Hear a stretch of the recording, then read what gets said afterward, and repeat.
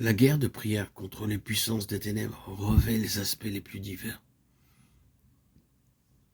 Il nous est impossible de les étudier tous, faute de temps. Voici par exemple l'attitude de Moïse, les bras étendus au sommet de la montagne. Expression visible d'un acte intérieur et spirituel.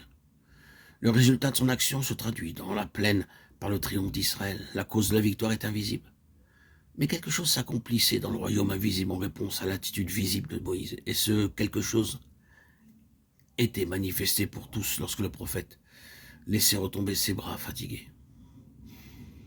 Les puissances du mal qui attaquaient Israël en se servant d'Amalek sont les mêmes puissances qui attaquent aujourd'hui l'Église de Christ. Moïse n'aurait pas pu, durant tout le temps de la bataille, affirmer à haute voix l'expression de sa foi en Dieu comme vainqueur et l'affirmer de façon ininterrompue.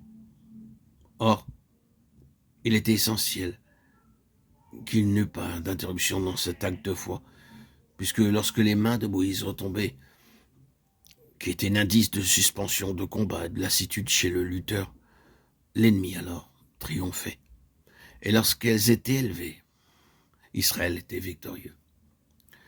Il y a des instants où, dans une lutte prolongée contre les légions de Satan, le regard spirituel discerne que l'ennemi gagne du terrain quand la parole du témoignage fléchit et que les armées du Dieu fort avancent lorsque ceux qui prient maintiennent le cri de victoire. En ces heures de combat, quelques actions physiques, quelques mouvements exprimant le maintien de l'attitude de victoire soulagent alors la pensée et le corps qui subissent une tension extrême. Et les mains élevées, les bras étendus, sont des gestes qui se produisent parfois instinctivement, spontanément, tant que durent ces batailles livrées sur les sommets en faveur de l'Église de Christ. À certaines heures, le bataillon des mauvais esprits recule, mais pour faire place au prince des ténèbres lui-même. Il se présente contre l'enfant de Dieu, comme nous le voyons dans Zacharie 3:2.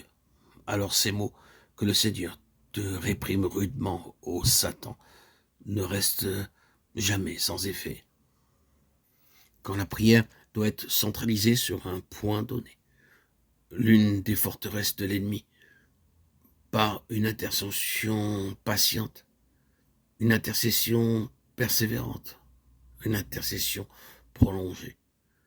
Quand il y a lutte de l'esprit durant quelques grandes crises, quelques batailles capitales contre les puissances des ténèbres qui gardent les positions dont elles se sont emparées. L'enfant de Dieu, revêtu de l'armure et enraciné en Christ, a plusieurs armes à sa disposition.